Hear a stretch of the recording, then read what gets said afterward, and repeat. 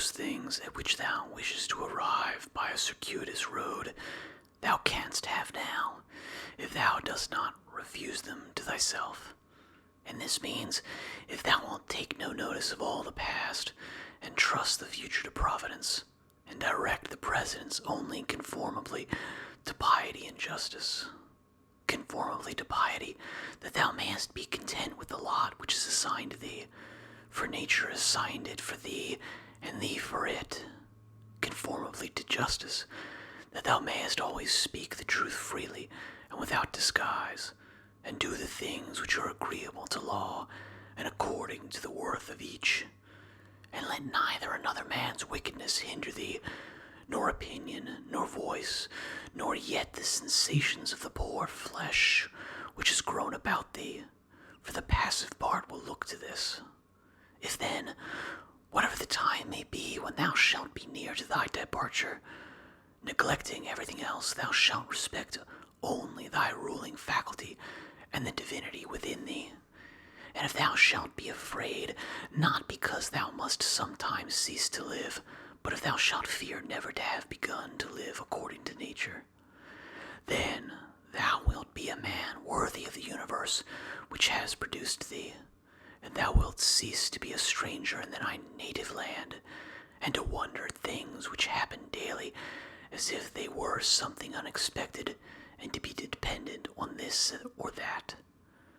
God sees the minds of all men bared of the material vesture and rind and impurities, for with his intellectual part alone he touches the intelligence only which has flowed and been derived from himself into these bodies. And if thou also usest thyself to do this, thou wilt rid thyself of thy much trouble. For he who regards not the poor flesh which envelops him, surely will not trouble himself by looking after raiment and dwelling in fame and such like externals and show.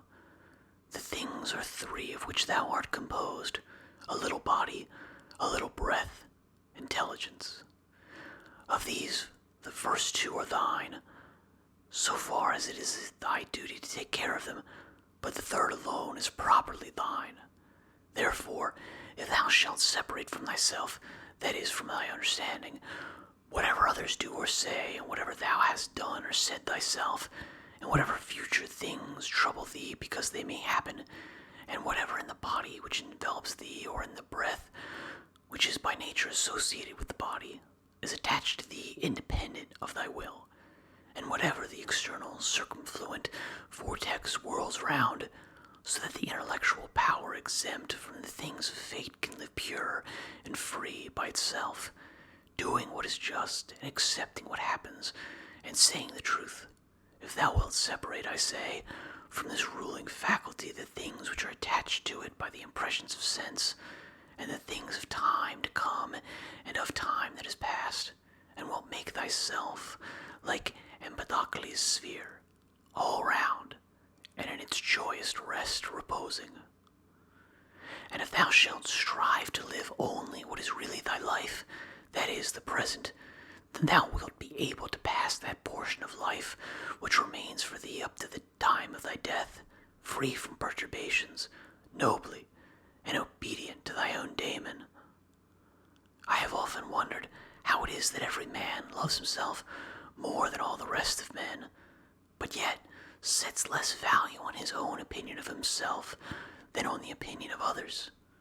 If then a god or a wise teacher should present himself to a man and bid him to think of nothing and to design nothing which he would not express as soon as he conceived it, he could not endure it even for a single day.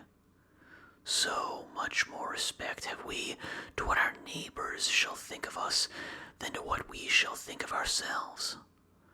How can it be that the gods, after having arranged all things well and benevolently for mankind, have overlooked this alone, that some men, and very good men, and men who, as we may say, have had most communion with the divinity, and through pious acts and religious observations have been most infinite with the divinity, when they have once died, should never exist again, but should be completely extinguished, But if this is so, be assured that if it ought to have been otherwise, the gods would have done it. For if it were just, it would also be possible. And if it were according to nature, nature would have had it so. But because it is not so, if in fact it is not so, be thou convinced that it ought not to have been so. For thou seest even of thyself that in this inquiry thou art disputing with the deity. And we should not dispute with the gods, unless they were most excellent and most just. But if this is so, they would not have allowed anything in the ordering of the universe to be neglected unjustly and irrationally. Practice thyself even in the things which thou despairest of accomplishing. For even the left hand, which is ineffectual for all other things for want of practice, holds the bridle more vigorously than the right hand, for it has been practiced in this.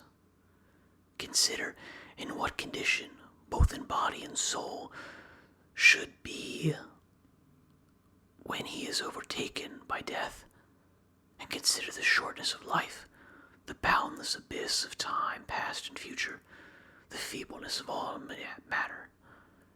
Contemplate the formative principles of things, bare of their coverings, the purposes of actions. Consider what pain is, what pleasure is, and death and fame, who is to himself the cause of his uneasiness. How no man is hindered by another, that everything is opinion. In the application of thy principles, thou must be like the pancratiast, not like the gladiator. For the gladiator lets fall the sword which he uses and is killed, but the other always has his hand and needs to do nothing else than use it. See what things are in themselves, dividing them into matter, form, and purpose. When a power, a man has to do nothing except what God will approve, and to accept all that God may give him. With respect to that which happens conformably to nature, we ought to blame neither gods, for they do nothing wrong either voluntarily or involuntarily, nor men, for they do nothing wrong except involuntarily. Consequently, we should blame nobody. How ridiculous and what a stranger he is who is surprised at anything which happens in life. Either there is a fatal necessity, an invincible order, or a kind providence, or a confusion without a purpose and without a director. If then there is an invincible necessity, why dost thou resist? But if there is providence which allows itself to be propitiated, make thyself worthy of the help of the divinity.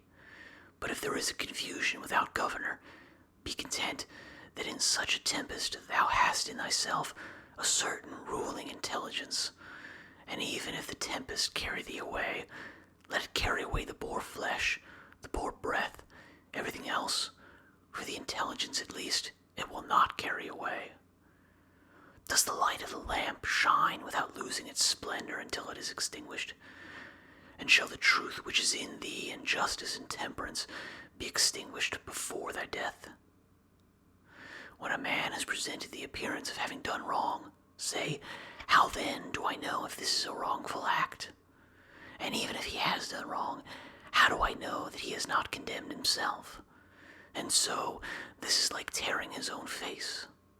Consider that he who would not have the bad man do wrong is like the man who would not have the fig tree to bear juice in the figs, and infants to cry, and the horse to neigh, and whatever else must of necessity be. For what must the man do who has such a character? If then thou art irritable, cure this man's disposition. If it is not right, do not do it. If it is not true, do not say it, for let thy efforts be. In everything, always observe what the right thing is, which produces for thee an appearance, and resolve it by dividing it into the formal, the material, the purpose, and the time within it must end. Perceive at last that thou hast in thee something better and more divine than the things which cause the various affects, as it were pull thee by the strings. What is there now in my mind? Is it fear, or suspicion, or desire, or anything of the kind? First, do nothing inconsiderately, nor without a purpose. Second, make thy acts refer to nothing else than to a social end. Consider that before long thou wilt be nobody and nowhere, nor will any of the things exist which thou now seest, nor any of the things who are now living. For all things are formed by nature to change and be turned, and to perish in order that other things in continuous succession may exist. Consider that everything is opinion, and opinion is in thy power.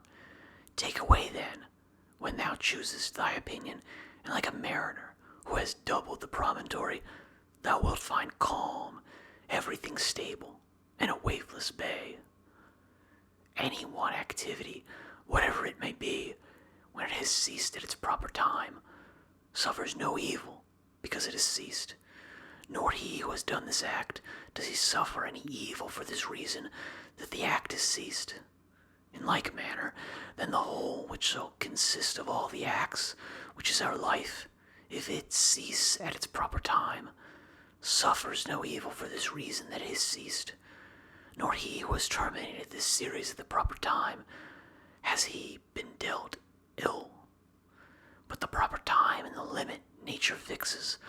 Sometimes as in old age the particular nature of man, but always the universal nature, by the change of whose parts the whole universe continues ever young and perfect.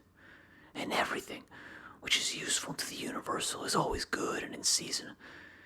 Therefore the termination of life for every man is no evil, because neither is it shameful, since it is both independent of the will and not opposed to the general interest, but it is good, since it is seasonable and profitable to and congruent with the universal. For thus too he is moved by the deity, who is moved in the same manner with the deity, and moved towards the same things in his mind. These three principles thou must have in readiness. In the things which thou doest, do nothing either inconsiderately or otherwise than as justice herself would act, but with respect to what may happen to thee from without, consider that it happens either by chance or according to providence, and thou must neither blame chance nor accuse providence. Second, consider what every being is from the seed to the time of its receiving a soul, and from the reception of a soul to the giving back of the same, and of what things every being is compounded, and into what things it is resolved. Third, if thou shouldst suddenly be raised up above the earth, and shouldst look down on human things, and observe the variety of them, how great it is, and at the same time also should see at a glance how great is the number of beings who dwell around in the air and the aether, consider that as often as thou shouldst be raised up, thou wouldst see the same things, sameness of form and shortness of duration. Are these things to be proud of? Cast away opinion. Thou art saved. Who then hinders thee from casting it away?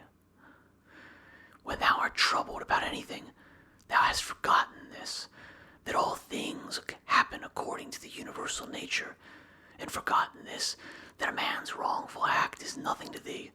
And further, thou hast forgotten this, that everything which happens always happens so and will happen so, and now happens so everywhere.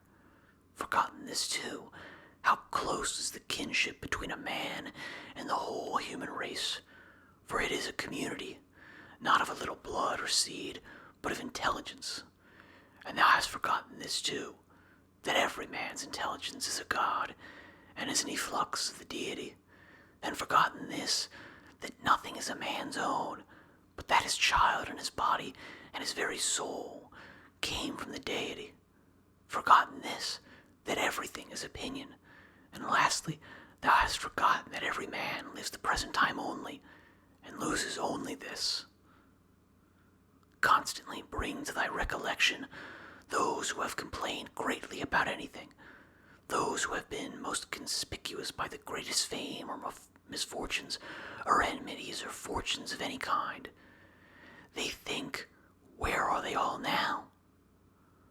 Smoke and ash and a tail, or not even a tail, and let there be present to thy mind also everything of this sort, how Fabius Catulonius lived in the country, and Lucius Lupus in his gardens, and Stertinius at Baiae, and Tiberius at Capreae, and Vellius Rufus, or Rufus at Velia. And in fine, think of the eager pursuit of anything conjoined with pride, and how worthless everything is after which men violently strain, and how much more philosophical it is for a man in the opportunities presented to him to show himself just, temperate, obedient to the gods, and to do this with all simplicity. For the pride which is proud of its want of pride is the most intolerable of all. To those who ask, where hast thou seen the gods, or how dost thou comprehend that they exist and so worshipest them? I answer, in the first place, they may be seen even with the eyes. In the second place, neither have I seen even with my own soul. And yet I honor it. Thus then, with respect to the gods, from what I constantly experience of their power, from this I comprehend that they exist, and I venerate them. The safety of life is this, to examine everything all through, what it is itself, what is its material, what the formal part, with all thy soul to do justice and to say the truth, what remains except to enjoy life by joining one good thing to another, so as not to leave even the smallest intervals between. There is one light of the sun, though it is interrupted by walls, mountains, and other things infinite. There is one common substance, though it is distributed among countless bodies which have their several qualities. There is one soul, though it is distributed among infinite natures and individual circumscriptions. There is one intelligent soul, though it seems to be divided. Now in the things which have been mentioned, all the other parts, such as those which are air and matter, are without sensation and have no fellowship.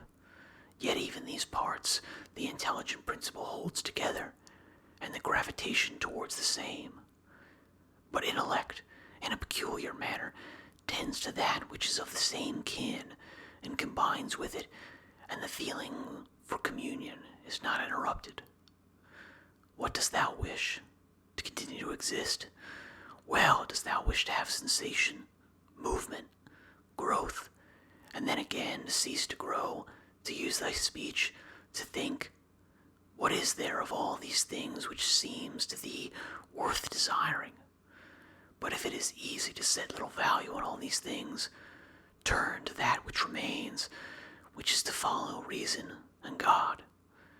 But it is inconsistent with honoring reason and God to be troubled because by death a man will be deprived of the other things.